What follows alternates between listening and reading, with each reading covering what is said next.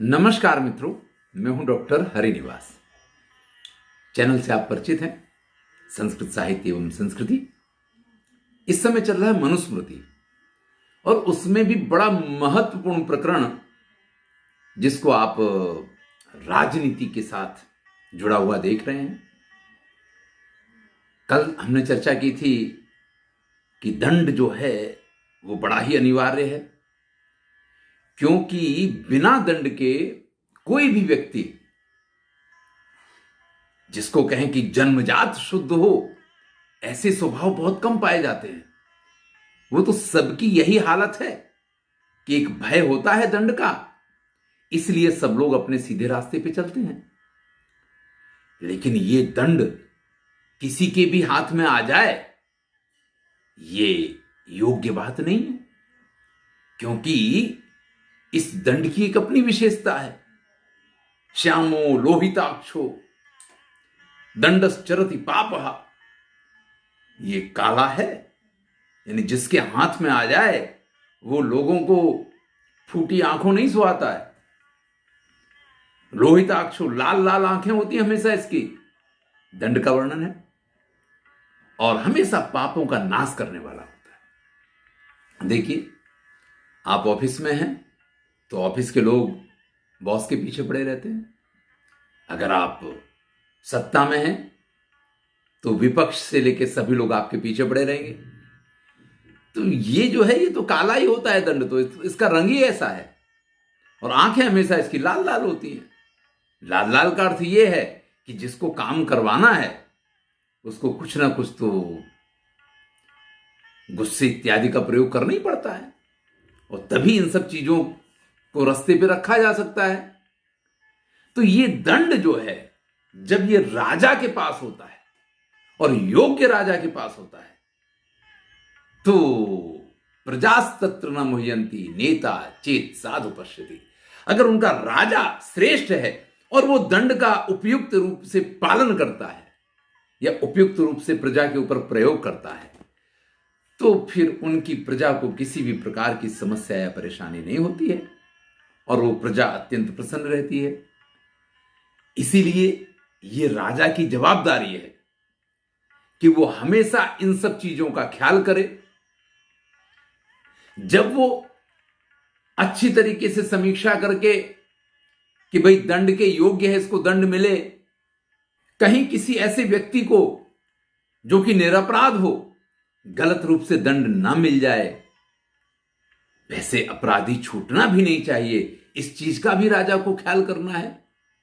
तो अगर प्राज्ञम समीक्ष कारिणम, बुद्धिमानी के साथ बराबर समीक्षा करके, बराबर देख के और उस दंड का विधान करता है, तो धर्म का अमार्थ को भी, तो उसकी सारी प्रजा जो है हमेशा धार्मिक रहती है और उनकी इच्छाओं की पूर्ति होती है, यानी प्रजा हमेशा प्रसन्न रहती है।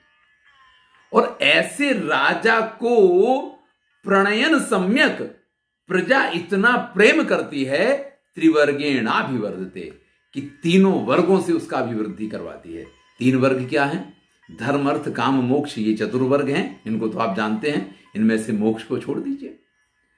अगर राजा नीति का सच्चा पालक है और वो प्रिय अप्रिय, राग द्वेष, इन सब के बिना प्रजा का पालन करता है, तो प्रजा उससे अत्यंत प्रसन्न रहती है। फिर उसको किसी चीज की, उसके यहां धर्म की भी अभिवृद्धि होगी, उसके यहां प्रजा की भी अभिवृद्धि होगी। ये राजा का पर्सनल कुछ नहीं है। राजा तो तभी सुखी है जब उसकी प्रजा सुखी हो, तो हर तरीके से उनकी अभिवृद्धि होती है। कामात्मा विषमः क्षुद्रो दंडे नैव निहन्यते। लेकिन जो राजा इस प्रकार से नीति का आचरण नहीं करता है, नियम के अनुसार नहीं चलता है, तो जो दंड वो अपने हाथ में धारण करता है, उसी दंड के कारण उस राजा का विनाश भी होता है। भैया, ये दंड है जो राजा को राजा बनाता है, लेकिन यही वो दंड है कि अगर इसका योग्य रूप से पालन ना किया जाए, गलत ढंग से पालन किया जाए, तो वो राजा का नाश कर देता है। क्योंकि दंडो ही सुमहत तेजो, क्योंकि जो दंड होता है ना बड़ा ही तेजस्वी है। और ये जब चलता है, ये जब किसी के ऊपर अपना प्रहार करता है, तो फिर उसमें ऐसा नहीं है कि आपने हाथ से उठाया दंड दिया। जो राजा सबको दंड देता है, अगर वो गलत मार्ग पे चलता है तो भैया उससे भी ऊपर एक दंड धारण करने वाला बैठा है, वो उसको अवश्य दंड देता है। यहां कहते हैं धर्माद विचलितम हंति नृपमेव सबांधव। जब कोई राजा धर्म का मार्ग छोड़ देता है, धर्म से विचलित हो जाता है, तो सबांधवम उसके बंधु बांधवों के साथ ये दंड जो है उसका विनाश कर दिया करता है। भैया ये तो आग है, आप चाहे तो उससे खाना बना दो और चाहे उससे आप पूरे घर को जला दो। अगर उसका धर्म के रूप में प्रयोग कर रहे हैं तो ये दंड आपके लिए सर्व सिद्धिदायक बन जाता है, और अगर इसके प्रयोग में आपने उद्दंडता की तो फिर ये दंड जो है बंधु बांधवों के साथ राजा का विनाश करता है। आगे कहते हैं ततो दुर्गम च राष्ट्रम च लोकम च सचराचरम। और राजा के विनाश के साथ ये दंड पूरा हो जाएगा ऐसा नहीं है। उसका दुर्ग है, उसका राष्ट्र है, उसका समाज है, उसकी पूरी व्यवस्थाएं हैं, और यहां तक कि मरने के बाद उसको स्वर्ग में भी शांति नहीं मिलेगी, उसको स्वर्ग भी नहीं मिल सकता है, उसको नर्क में जाना पड़ेगा। क्योंकि अंतरिक्ष गतांशैव मुनिन देवांश पीड़ित। क्योंकि गलत मार्ग से अगर दंड का अनुसरण किया जाए, अर्थात दंड का अगर गलत प्रयोग किया जाए, तो राजा का ये लोग तो बिगाड़ता है, लेकिन राजा का परलोक भी बिगाड़ के रख देता है। कहते हैं कि न शक्यो न्यायतो नेतुम शक्ति ने विषयेषु च। भाई कभी भी आप ये चाहें कि आप अकेले ही उस दंड का उपयोग करके और सबको अपने बस में कर लेंगे, तो आप कितने भी शक्तिशाली हो, फिर भी नीतिपूर्वक उस दंड का प्रयोग आप अकेले सबके ऊपर नहीं कर सकते। इसलिए सुचिना सत्य संदेन यथा शास्त्रानुसारिणा प्रणेतुम शक्यते दंडा सुसहायेन धीमता। 31वां श्लोक है।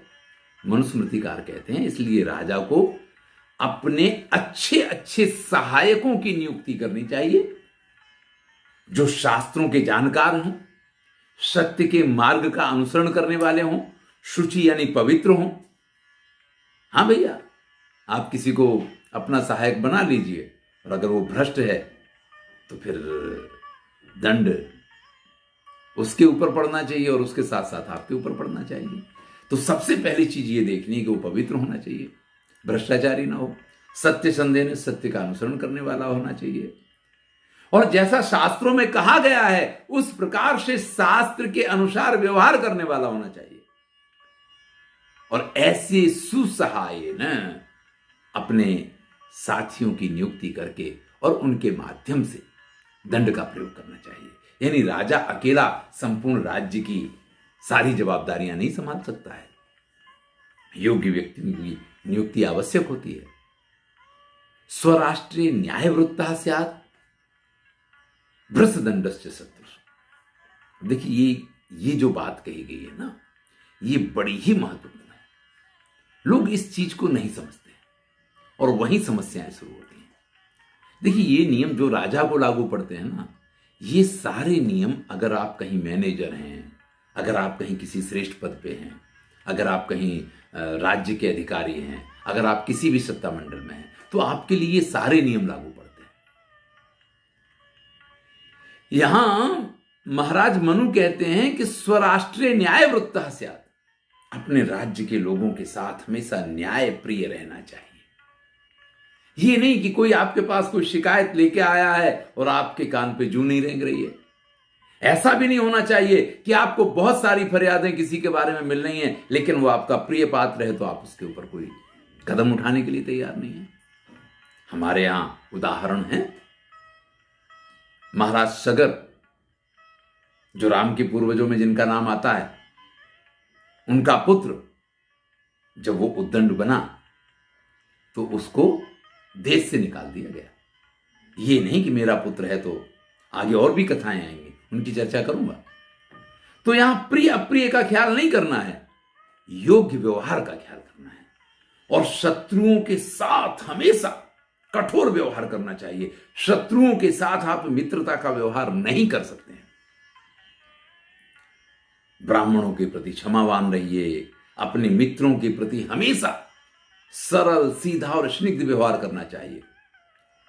इस प्रकार का व्यवहार करने वाला जो राजा होता है ना, शिलोच्छे नापि जीवता, उसके पास धन नहीं हो, उसके पास संपत्ति नहीं हो, उसके पास सेना नहीं हो, उसके पास कुछ नहीं हो ना, फिर भी विस्तीर्यते यशो लोके तैल बिंदु रिवाम्भसे, जैसे पानी में गिरी हुई एक तेल की बूंद पूरे पानी के ऊपर फैल जाती है, इसी प्रकार से वो राजा यशस्वी हुआ करता है, उसका यश चारों तरफ फैलता है। यहां राजा की अपनी संपत्ति की बात हो रही है।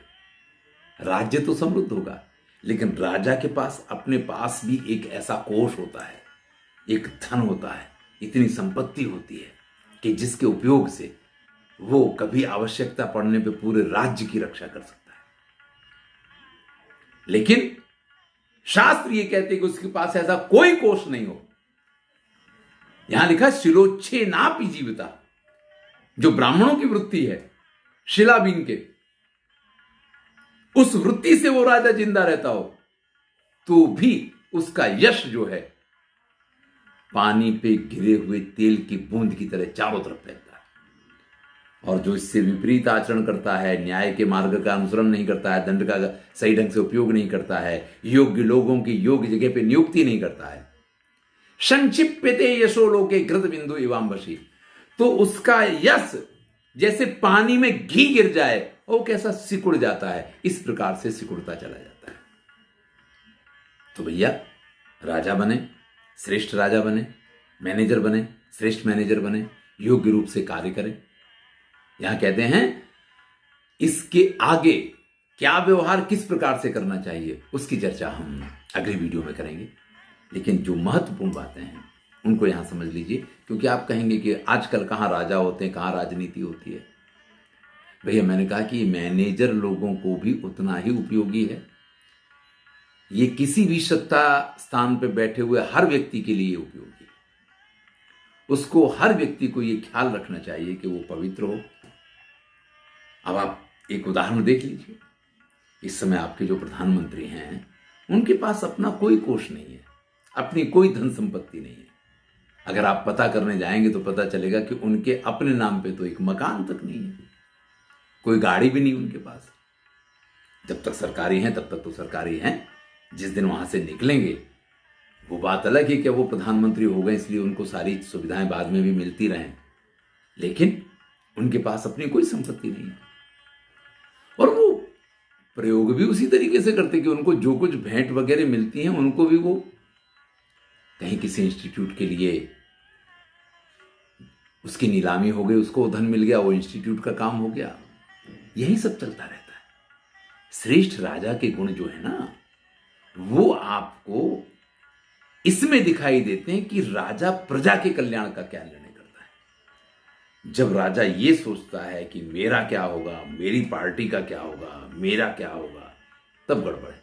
जब ये सोचता है कि मेरी प्रजा का क्या होगा, मेरे देश का क्या होगा, तब बात बदल जाया करती है। मैं ऐसा नहीं कह रहा हूं अपने बारे में सोचेगा नहीं, अपनी पार्टी के बारे में नहीं सोचेगा, वो तो सोचेगा, लेकिन प्रायोरिटी किसको देनी चाहिए, ऊपर किसको रखना चाहिए, राष्ट्र को या अपनी पार्टी को। अगर यही बात हो तो यही नोटबंदी जो है वो मनमोहन सिंह की इच्छा थी करने की, लेकिन नहीं कर पाए।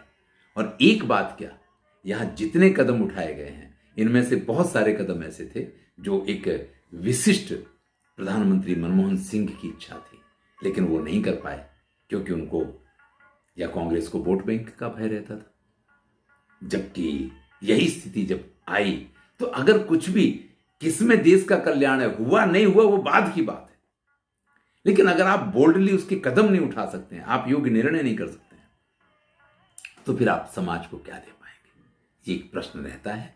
चलिए, एक तरफ ऐसा है कि पानी में पड़े हुए तेल की बूंद की तरह यश फैलता चला जा रहा है। आज विश्व के सर्वश्रेष्ठ नेताओं में गणना होती है। और एक ऐसा भी था कि जैसे पानी में घी की बूंद गिर गई, ऐसा यश सिकुड़ता चला जा रहा था। कोई हमें तवज्जो नहीं दे रहा था, कोई हमारी तरफ ध्यान नहीं दे रहा था, ऐसी भी स्थिति थी। तो भैया यही यहां पे मनुस्मृतिकार कहते हैं कि हमेशा श्रेष्ठ मार्ग का अनुसरण करेंगे तो आप श्रेष्ठ बने रहेंगे, और अगर आप स्वार्थ के मार्ग पे चल पड़े तो फिर तो आप स्वयं मालिक हैं। धन्यवाद। मैं हूं डॉक्टर हरिनिवास। आनंद लीजिए, अच्छा लगे मित्रों के साथ शेयर अवश्य कीजिए।